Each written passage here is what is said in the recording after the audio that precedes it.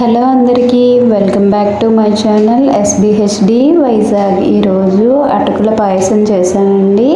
First దీనికోసం ఒక bowl తీసుకొని ఒక కప్పు అటుకులు తీసుకొని వాటిని కొంచెం వాటర్ వేసి బాగా చేత్తో రబ్ చేస్తూ వీటిని క్లీన్ చేసుకొని బాగా వాటర్ లేకుండా చేసి మనం ఒక ప్లేట్లోకి అయితే క్లీన్ చేసుకొని పెట్టుకోవాలండి. వాటర్ అంతా తీసి ఇలా పిండుకొని పక్కన పెట్టుకోవాలి. నెక్స్ట్ ఇంకో బౌల్ తీసుకొని స్టవ్ మీద పెట్టి దానిలో 2 కప్స్ వరకు పాలు 1 కప్పు వాటర్ యాడ్ చేసి దాన్ని మరిగించాలి. నెక్స్ట్ ఇంకో బౌల్ తీసుకొని దానిలోని మనం ఎంతైతే అటుకులు తీసుకున్నామో దానికి సరిపడా బెల్లాన్ని 1 కప్పు వరకు తీసుకొని 1/2 కప్పు వాటర్ యాడ్ చేసి దీన్ని లిక్విడ్లా అవ్వనివ్వాలి.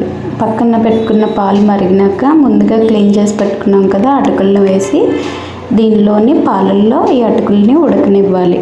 మనం బెల్లాన్ని కరిగించి ఇలా వాటర్లా అయితే సరిపోతుందండి. పాకంలా ఏం రావక్కర్లేదు. స్టవ్ ఆఫ్ చేసుకొని దీన్ని చల్లారి పెట్టుకోవాలి. నెక్స్ట్ పక్కన ఇంకో ప్యాన్ తీసుకొని దానిలోని ఒక 2 స్పూన్స్ గీ పోసి కొంచెం జీడిపప్పు కొంచెం బాదాము చిన్న చిన్న ముక్కలుగా కోసుకున్నవి వేసుకొని వీటిని బాగా ఫ్రై చేసుకొని కొన్ని కిస్మిస్లు కూడా యాడ్ చేసి బాగా ఫ్రై చేసుకొని పక్కన పెట్టుకోవాలండి.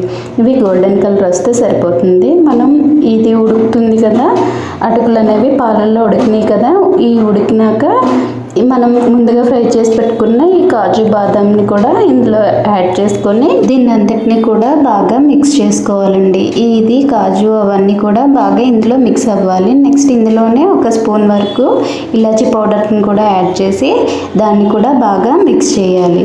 ఇప్పుడు మనం ముందుగా పాకాన్ని రెడీ చేసి పెట్టుకున్నాం కదా బెల్లం పాకం, దాన్ని అయితే వడకట్టి ఇందులో పోయాలండి. ఎందుకంటే అది చల్లారినాక పోస్తేనే మనకి పాలు అనేవి ఇరిగిపోకుండా నీట్గా వస్తుంది. వేడి మీద ఎప్పుడు కూడా పోయకూడదు.